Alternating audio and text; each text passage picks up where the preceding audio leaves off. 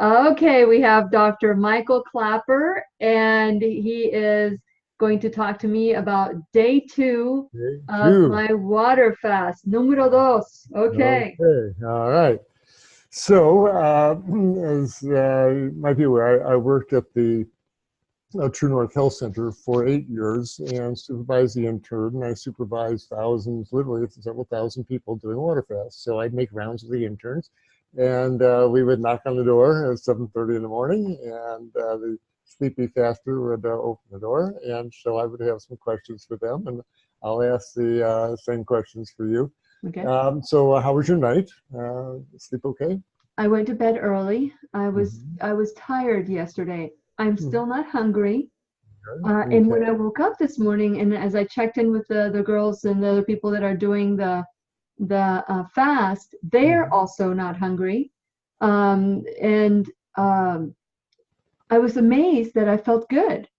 So Yeah. as I got up from bed, Mm-hmm. I got up like around, quarter till 5 or 5 o'clock in the morning, went to bed like around 9:30. Mm-hmm. And as I got out of bed, I remembered your advice. You Mm-hmm. said to sit on the side of the bed and Mm-hmm. wake for your brain to catch up with your body Right. and the Yeah. blood to come down. I was thinking about the Right. water filter, how Yeah. it takes some time for the water to come down. Right. And I waited, and then I got up, and I'm like, okay, well, I feel good. I don't feel Okay. bad. And I got up, did my meditation, and went to the bathroom and started, getting ready for my shower. When I realized after my shower, I'm a little tired. Just Yes. that little thing just made me feel tired. And you know what? I could have come into work and forced myself to it. I went Mm-hmm. back into bed and just relaxed a little bit more. I don't think I fell asleep. I may have dozed off a little bit, but around 6 o'clock, that my husband, his alarm went off because he was going to the gym, and so I thought, hey, if I don't get up with him, I'll have to make the bed. So I got out of bed before, and he ended up making the bed, but I took it. I already took a shower. No, I think I took a shower. I can't remember when I took a shower, but I just know that after I woke up, whatever I did, I felt tired again. So Yeah. I've had went into the office like around 7:30 or so. I had an 8:30 meeting, a 9:30 meeting, and a 10 o'clock meeting um, on virtual phone calls and things like that in my office. And I was I told them that if I wasn't coherent, to please forgive me because I'm on my second day of a 5-day fast. Uh-huh. And they were like amazed. And then they said, well, at least you have an excuse. We don't. So it turned out to be a good laugh. It's one of my larger clients. So it was a good new introduction to whoever's taking over the work that I do with them.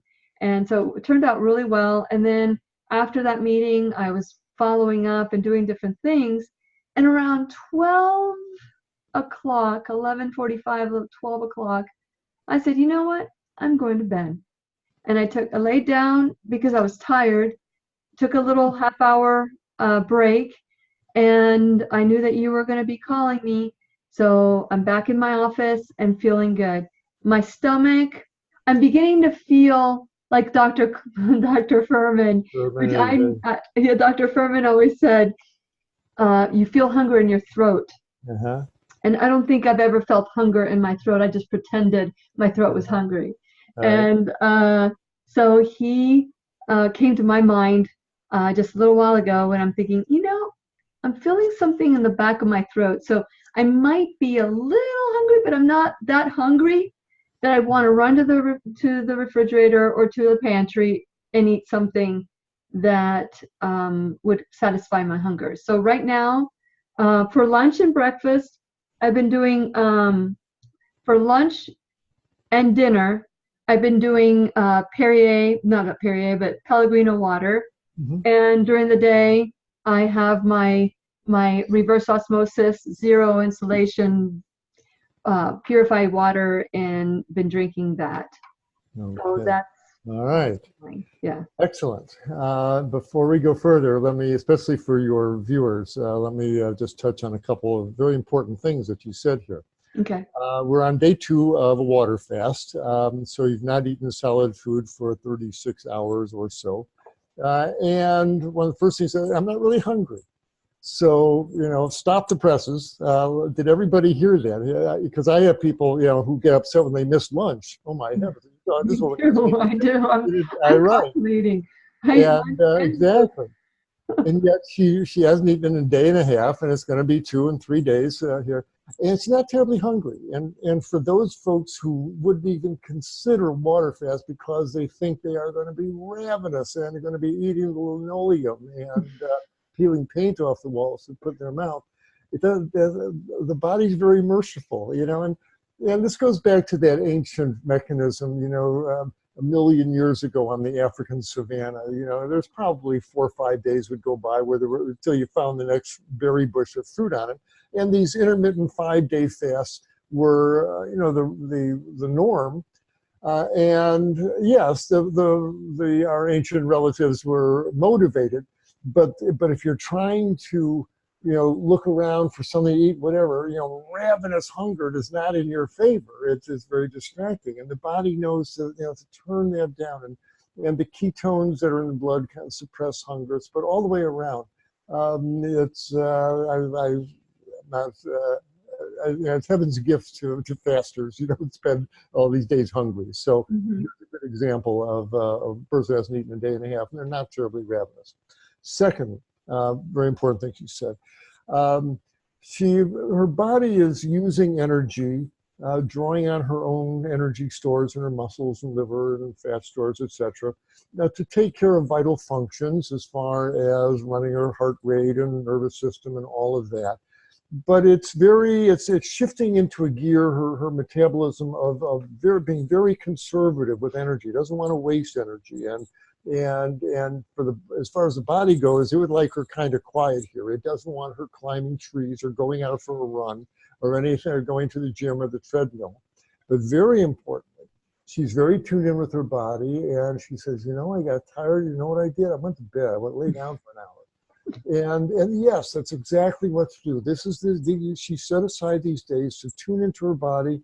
If the body says you're up, well, fine, go catch up on her email, whatever.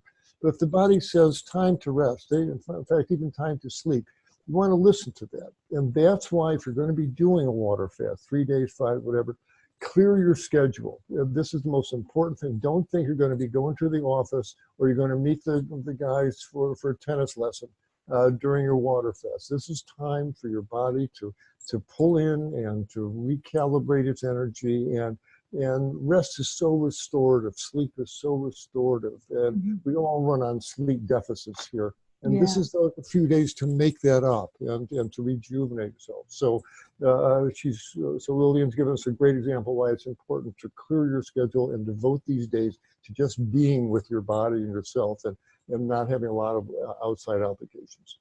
And the third thing, and perhaps I was remiss for not mentioning this, but she said something very interesting, in that she took a shower. Felt fairly tired afterwards. At True North Health Center where I worked, we had a rule that we had to enforce fairly strictly. And it goes like this: as the fast goes on, and you urinate water, you breathe water off, the blood volume decreases, and people's blood pressures normally go down on a fast. By day 5, you're going to have a lower blood pressure than on day 1. And that's normal physiology. That's supposed to be that way. And for folks with high blood pressure, yay, we use that to good advantage. That lowers that pressure. Wonderful. But there's an issue. As the blood volume contracts a little bit, if you then get in the shower and that warm water runs over your skin, well, warm water dilates blood vessels, and you're going to draw a lot of water, a lot of blood out into your skin. Well, water out in your skin is not going up to your brain. And people pass out in the shower, or they will they'll take a warm bath, dilates their blood vessels, and then they get up to get out of the bathtub, and whoa, they pass out getting out of the bathtub. And so the rule that they have at True North is during the water fast, no bathing, no showering, where you're in the bathtub. You can sit on the edge of the tub, lather up a washcloth, do a sponge bath, and just hose off. That's okay. But don't be taking long, hot showers on a water fast, because people get lightheaded and they pass out in the shower there. Got it. And so easy does it on the shower. For the rest of the time on the water fast, just do sponge baths and don't immerse your body in warm water. Interestingly enough, I didn't want to take a shower. Uh-huh. But because showering in the morning is my thing, Yeah, I like right. to shower at night too. But last night I didn't shower before I went to bed. I was tired. And I wanted to let you know that my eyes stung. They felt like there was like salt or Yes. or something in my eyes. And I took out I wear contacts Uh-huh. for being able to see Yep. for reading. Mm-hmm. And I have one that goes protect my distance, and one that's protect my reading, so I don't have to wear glasses. Right. And when I took them off, I thought, gosh, my eyes, they feel really, really not just dry, but they felt like I had salt in them or like something. Is that normal? It is, and Lillian, you're just a beautiful example of fasting physiology here. 'Cause this is what I would tell I would hear making rounds. I would turn to the interns and I would say, listen to the beautiful demonstration you just heard about how the body changes. After 36 hours with no food, your blood chemistry is clearly different than when before you started the fast. And blood sugar level is lower, the ketone level is higher. And very importantly, your cells are emptying out of toxins and things that may have been stored up over the years in your fat tissue cells, the little of them that you have. And as a result, if your blood chemistry is changing, everything changes. Surely your urine chemistry is different. If we check your urine, there's things in your urine now that aren't usually there, and that's good. That's what's supposed to happen. That's kind of why you're doing that. But also, as we drill down on the physiology, I would tell the interns, everything changes. Saliva chemistry changes, and that's going to foster different microbes in her mouth, and that's going to show up later with that funky taste that people get and the congealed mucus on their tongue. And that's normal. That's supposed to happen too. Well, guess what else changes? Your tear chemistry changes. There are different things in your tears now. There are the antibodies. Well, the mineral balances change. Wow. And so I'm not surprised that something that feels different in your eyes. Yep, that's right too. Everything changes on a fast. It's really a remarkable shifting of metabolic gears here. And it's benign and it's supposed to happen, but you're well into the fast now, and I'm not surprised that these things are showing up. And so, yep, don't worry about it. Just observe it. But yes, it's par for the course on a water fast. Won't get any worse than this, though. No, and you mentioned the coating of the tongue. So every morning, I've been adopting more of an Ayurvedic circadian clock, and I'm surprised I'm able to even put two sentences together, because in my imagination, I would be like bedridden, crying and drinking my salty tears for lunch. But it's been a totally different so far. So I'm glad. But one thing that I do before I sit down to do my meditation is that I take a scoop of coconut oil. And it's called oil pulling. I'm sure you're familiar with it. And I've been doing oil pulling. Well, before I did the oil pulling this morning, I like to scrape my tongue. Fair enough. And I noticed that my tongue seemed more coated than normal. And then after the oil pulling, the coconut in my mouth seemed more bubbly. I don't know if that makes sense. It just feels like it's like whipped, and you're doing that. And when I was cleaning out my tongue afterwards, I thought, man, when's this gonna end? And it just seemed like I had much more. Is that normal too? Absolutely, and that causes a lot of distress at the clinics. There are people, oh, I got candida, I've got thrush in my mouth. No, that's not what's happening. This is not, the can't even thrush like that.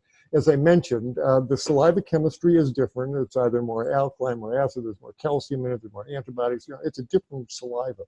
And the microbes, that microbiological zoo that we have in our mouth all the time, this particular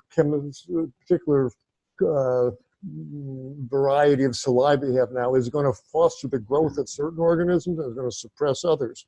And usually what happens is you foster the growth of organisms that put out enzymes that coagulate the mucus that's normally in your saliva. You have 3 sets of salivary glands in your mouth. The parotid glands on the side put out a very watery saliva full of enzymes. But the submandibular glands under your jawbone here, under your mandible, and the most important as far as mucus goes is the sublingual glands on the floor of your mouth. They put out a fairly mucousy saliva. And it's the mucus from the sublingual glands that come into your mouth that these bacteria are coagulating, and it's sticking on your tongue there. And it's just coagulated mucus. It's there normally. You're just not aware of it. But that's all that it is. And you're doing exactly the right thing. Scrape it off. If it bothers you, scrape it off. And do a little oil pull if you'd like. Don't swallow the oil. No. And just observe. Wasn't even tempted because I knew it was coming out of it. Yeah, exactly. But this is a good time to adopt the philosophy of the stance of the Zen master. Dry eyes, no dry. It's fine. Coated tongue, not coated tongue, they're both fine. Just observe the changes, and that's all that's happening there. But yes, it is par for the course as well as the fast progresses. It often gets better, although we've had some folks with really impressive tongue coatings that they were glad to be done with the fast. But that's by day 14. You're not going that far, so I don't think it'll be a big problem for you. But you're doing absolutely great. So let me ask you now, we've knocked on your door, making rounds here, and I turn to the interns and I say, you do not leave the room without getting the answer to 3 questions, because the answers to those 3 questions will tell you whether it's safe for this person to continue the fast. And so you always ask these 3 questions. Any nausea to the point where you think you want to throw up? This morning I had a little bit. Yes. But it wasn't, I knew I wasn't going to throw up. I knew that it was, I was feeling a little, just a teensy, queasy. Yep. But I think it was because I got out of bed a little too soon. The second time I got up. But I knew that once I breathed my way through it, then I was fine. Okay. But outside of that, that's been the only time. All right.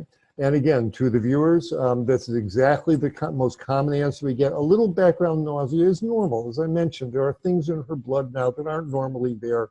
Molecules coming out of her tissues. They're on the way to the liver and the kidney to be excreted, but as they pass through the brain, etc., people feel a little queasy. That's okay. That's normal. We're concerned about nausea to the point I'm getting ready to vomit. I got the garbage can next to my bed. No. And the reason why, I explained to Lillian yesterday, is she's on a water fast, and if you vomit, you can't hold water down, and you wind up getting dehydrated and electrolyte imbalances. So that's what's behind this question. Any nausea to the point where you think you want to vomit? If the answer is no, yay, 1/3 of the way through the questions here. The second question, after nausea, any headache? And again, a background ache in the back of the head kind of is common. But if she has this pounding headache, we get concerned about too low blood sugar. So that's why we ask, any headache this morning? No, not at all. All right, like to hear that. And again, to the viewers, one reason why it's important not to do physical activity, don't go out for a run, don't get on that treadmill during a water fast, because your big leg muscles will burn your blood sugar right down, and you'll wind up with a walloping hypoglycemic reaction, and that's not a good thing. So again, no physical activity and that no headache is a good sign that she's probably okay as far as blood sugar goes. Yeah. And the third question, so we've asked any nausea, any headache. The third question is, are you getting lightheaded when you stand up? And everybody, as the fast goes on, especially petite women like Lillian, It's common. They have a low blood volume to begin with, and she's a day and a half into her fast, and no question, if she gets up real fast, she'll get lightheaded. Everybody does. That's not the concern. But and so I'm not surprised if the answer is, well, if I get up too fast. But what catches our ears from the doctor's point of view, if someone says, "Man, I almost passed out 3 times last night," No, no, not at all. I got out of bed, I felt I was going to faint. No. That kind of lightheadedness, whoa, that's time for some juice at that point. So, Yeah. so that's the third question. I have the 3 questions: any nausea, any headache, are you getting real lightheaded when you stand up? And at this point, no, doesn't sound like you're getting real lightheaded when you stand up. Okay, so we have negative answers to those 3 questions. I would turn to the interns and say, is it safe for this woman to continue fast another day? And they should say, yes, doctors, it is, and it absolutely is. So, Nice. so this is how you work your way through a water fast, day by day. You look at the person, and if that person's you in the mirror, and you're looking for those 3 questions: any headache, any nausea, you're getting real lightheaded when you stand up. If the answer to those questions is no, and you're feeling okay, cool, fast on, and we'll get together tomorrow for the similar check-in. Very good. This is how a water fast is managed. Nice. I have some questions if you don't mind. Absolutely. Okay, so I have been drinking Perrier, not Perrier, but Pellegrino. Doesn't matter. Fizzy water, what you call it, fizzy water. Absolutely. Yep. And one of the girls talked about how she wanted to drink some Gerald Steiner. She said it has a heavier mineral content. Is that smart or not? Is that something? There's no real reason to do this. You've got healthy kidneys, and of course, this is one reason why we like for longer fasts to draw some blood at the beginning to see what the kidney function is. But assuming you have normal kidneys, your kidneys know how to hold on to sodium. They know how to hold on to potassium on a water. Your kidneys know you're fasting, and they're in a very conservative mode themselves at this point. It's not like you got to keep drinking minerals here. The water is the water. I don't have any objections to a little bit of mineral water. That's fine, but you shouldn't have any panic that, oh my heavens, I'm going to run short of minerals. Your kidneys will protect you. So not essential. Okay. Can you add any lemon or lime to the water? Right. There's that question. And everybody asks it. And in theory, you probably could, but we're talking theory here, and it's beyond how many angels can dance on the head of a pin. If you're in a pure water fast, the idea is, you're taking your cells to the car wash and you're flushing them with fresh water, and very importantly, you're pulling your body out of that gear of getting ready to eat, getting your salivary flow going, getting your gastric enzymes going. On a pure water fast, you leave all that behind for a few days and let that rest. Well, as soon as you add that lemon juice, now you're inching back into that gear where there's flavor and there's taste, and you're gearing up your gastric enzymes, and so it kind of pulls you back a little bit. It's probably not enough sugar to pull you out of ketosis, but it does. But it kind of violates the spirit of the fast. Bit. So that's why we usually say good. Okay. Then we talked about how I was sipping my water as opposed to gulping my water. Good. And sometimes I gulp my water, but for some reason it's calling me to sip my water whenever I feel like I need water. Sipping or gulping, is there a better or worse? Neither really. I mean, in the real world, we all know you can drink a glass of water pretty fast. Nothing real bad happens, but your body gets more sensitive. You've been kind of telling us this over our chat this morning. Your body's getting a little bit more sensitive, and so and the vomiting reflex is a little bit more active here, and the very act of drinking water kind of flirts with that a little bit, and that manifests often. People by day 8 or 10, when we make rounds at shore, they say, I don't even want to look at a glass of water. Just looking at it makes me a little nauseated. Yeah. And so the fact that can happen, and it's usually towards the end of the fast, says that sipping is probably your body saying it doesn't like distending the esophagus and stretching your Feeling vagus bloated. nerve and Yeah. doing those things that moves you over towards the nausea side there. So sipping is probably wiser, but Very don't good. stop sipping. Okay, Okay. keep the sipping going there. Okay. So then I had mentioned to you that I don't take a lot of medicines, but I do take my thyroid medication. Yep. I was on the Vivel Dot, which is a estradiol patch or whatever, and you had mentioned to take it off. And Yes. I took that off. I'm not taking progesterone. I'm not doing, so I didn't take my thyroid medication. And I also take Lobelia and vitamin C for my lungs for asthma. Right. And that's how I keep it managed. I used to take a lot of asthma medication, but between vitamin C and now Lobelia, I don't need asthma medication. Let me tell you, I took a lot. Mm-hmm. And this has been like 6 years now that I've been on this combination. So last night when I went to bed, I felt a little heaviness on my chest. Right. And I turned to my husband. I said, I didn't ask Dr. Klaper if I can take it. It's like a liquid in the bottle, and it's Lobelia. You put 7 drops with a little bit of water, and then you take it. But I went through it. I didn't do anything. I didn't take the Lobelia, and this morning I woke up fine. I wasn't wheezing. I have felt fine.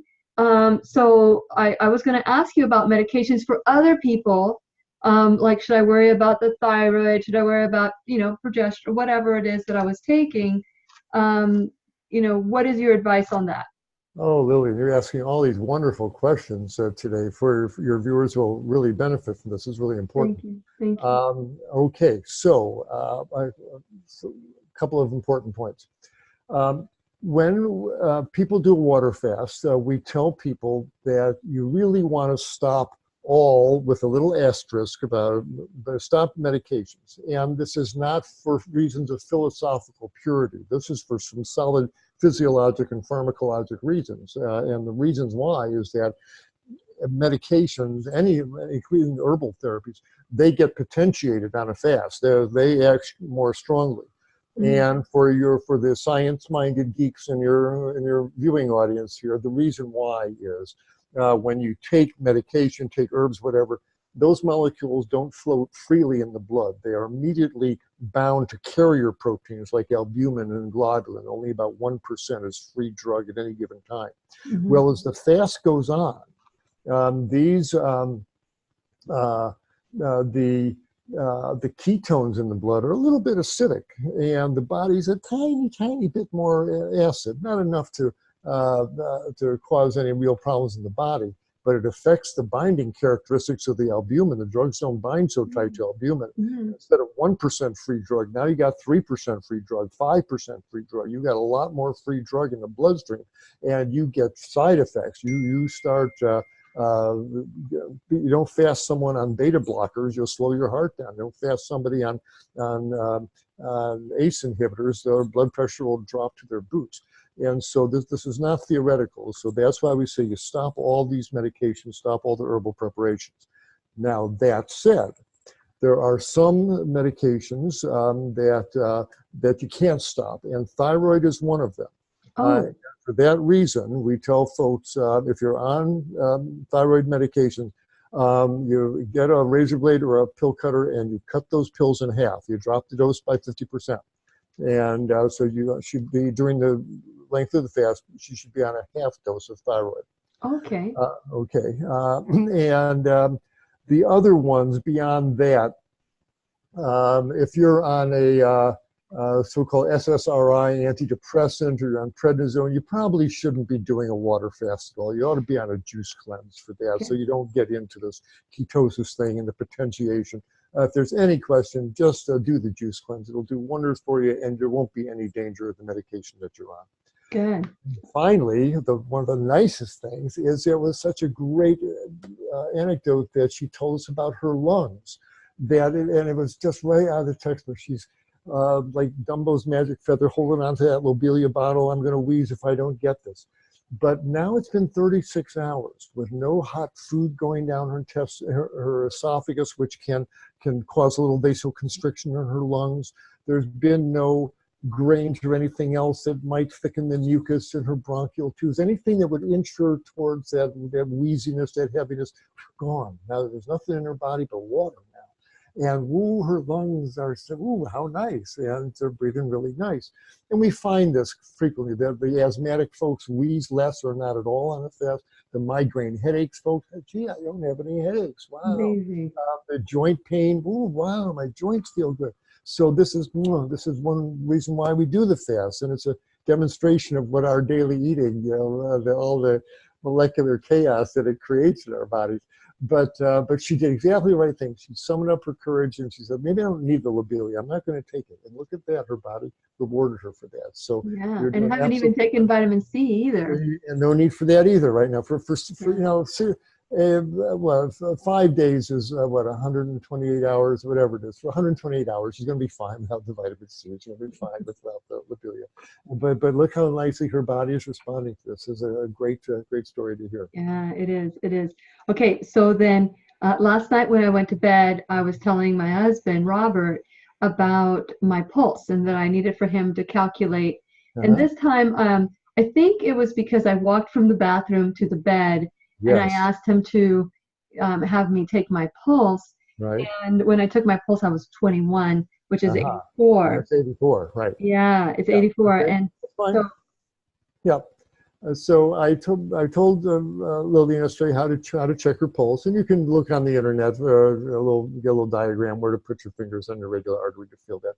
And yesterday her pulse was 64, and because she was sitting in a chair quietly. But the very act of getting up to walk across the room, woo, thumpity thumpity thump, and that's supposed to happen.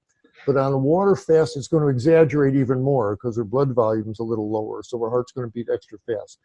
And in medical school, they tell us don't take anybody's pulse or anybody's blood pressure till they've been sitting quietly in a chair for 5 minutes.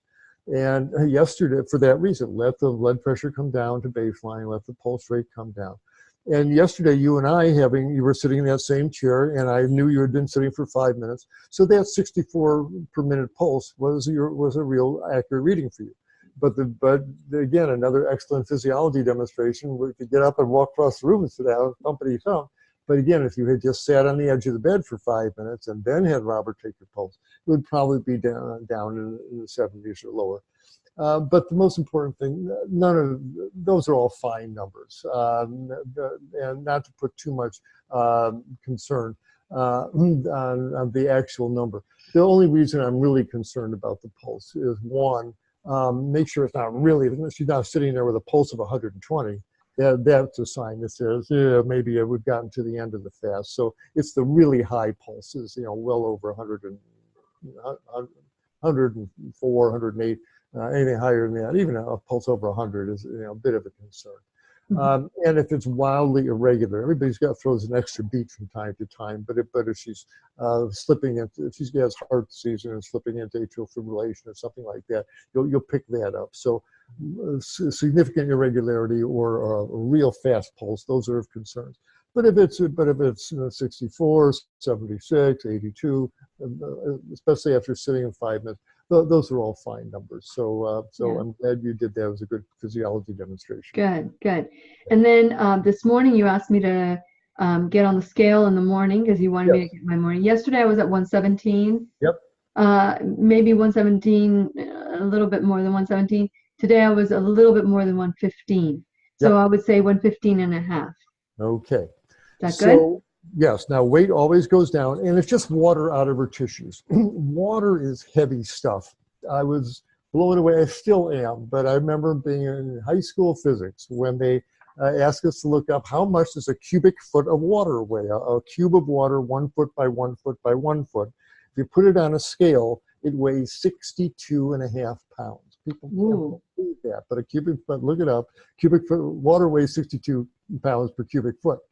And so as you're shedding water out of your body, it's easy to dump a pound of water. Plus you're using up stored glycogen in your muscles, just walking around breathing. So this weight loss, people lose about a pound a day during the first 5 days or so. And then that evens out and it settles down to about a quarter to a half a pound. as people go into these 2 and 3 week fasts, but you're not going to be doing that.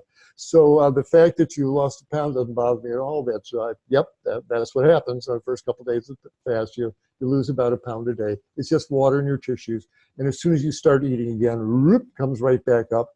Much to the dismay of the weight loss folks, I gained back all that weight.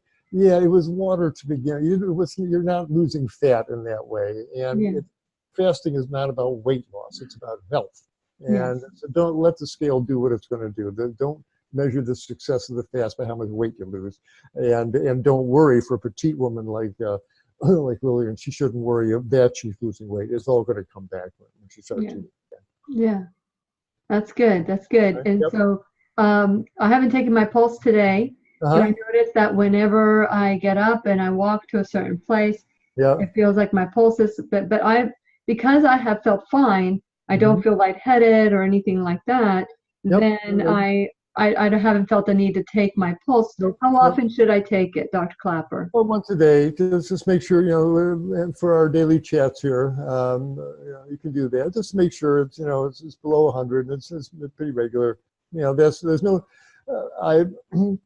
I'm an old emergency room doc, and I see lots of people in shock from gunshots and trauma, etc. And when you feel these people's pulse, not only is it fast, but you feel there's an urgency in the pulse. There's a distress in the pulse, and so and it's very evident to feel. And I'll ask the interns, put your finger on the pulse, and with your eyes closed, just in your clinician's head there, ask yourself, any distress in this pulse, any urgency in this pulse? Because as people get to the end of the fast, the body is failing to, there's time to end the fast, and there's a real distress, there's real urgency there. So that's the most important thing, and whether the pulse is 76, 84, as long as it doesn't have that sharp peak urgency to it, that's all you really need to get from the pulse at this point. So feel free to take your pulse, and it is what it is. But as long as you don't feel that it doesn't feel like a frantic, urgent pulse there, and I would doubt if that's the case with you at this point. No, it isn't. And so to remind, Okay, let's do it. You want to do it for 15 seconds? Okay, let's do it. Hold on, let me get. Okay, see if you can find it, and I'll let me get my stopwatch. All right, let me get my stopwatch up here. Hold on. Come on. Okay. And come on, you can do that. And here's my stopwatch. All right, let's reset. All right, ready? I count of 3. 1, 2, 3, go.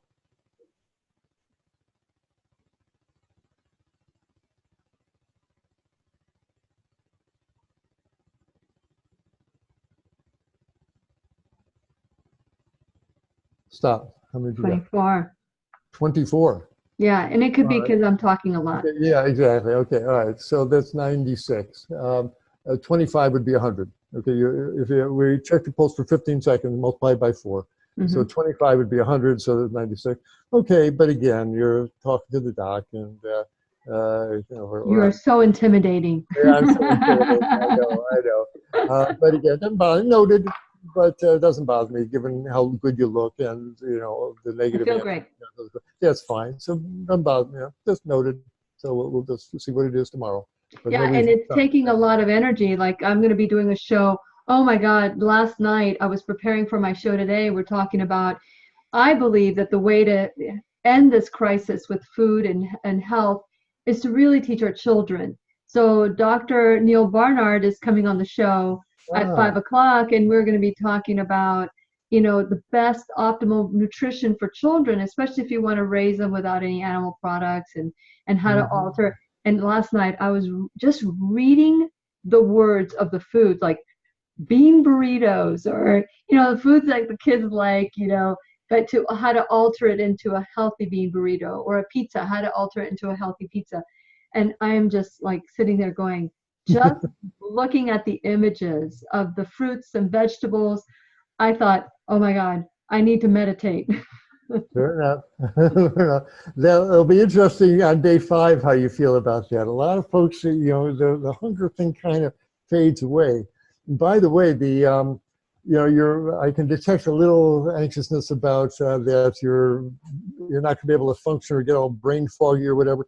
Most people find the opposite, that they get clearer and they're able to function really well. They get more creative and they get really good energy going. So let's see how you move on that scale there. But I predict you're going to get some good work done in the next couple of days. Yeah. Like I told you earlier, I've been apologizing to everybody if I don't sound coherent, and it's because I'm doing the water fast. But I do. It's so funny when I'm quiet and calm, my body wants to go and take a nap. But when I am about to go on a phone call to meet with you to do the show, I am like I've got to be like totally Yep. focused, because the moment I stop being focused, my mind will wander. So my energy goes all towards that. And you'll be able to do that. Yeah. Absolutely. Thank you, Dr. Klaper. Is there anything Yeah. else that maybe we left out that you want to talk about? No, if we got to the end of our morning rounds here, and it's only 10 in the morning here in California, I would turn to the interns and say, okay, we're going to leave this lady's room. How do you feel about her continuing the fast? And the intern should say, she's doing great, fast on. And that would be the right answer. And so that's where we are on day 2 here. So I feel very good. I'll say enjoy every swallow. And mellow, productive day. And I'll see you tomorrow, same time, and we'll see what day 3 brings. Wonderful. Thank you, Dr. Klaper. And I know that you are helping so many people feel empowered to do this for themselves. I know that you're doing it for me. And so I just want to acknowledge you and say, you don't have to do this, but I'm grateful that you are. Thank you. I'm glad to help. You're doing just great. It's a pleasure to work with you. Thank Have you. a great day. I'll see you tomorrow. See you for day 3. Bye. Okay.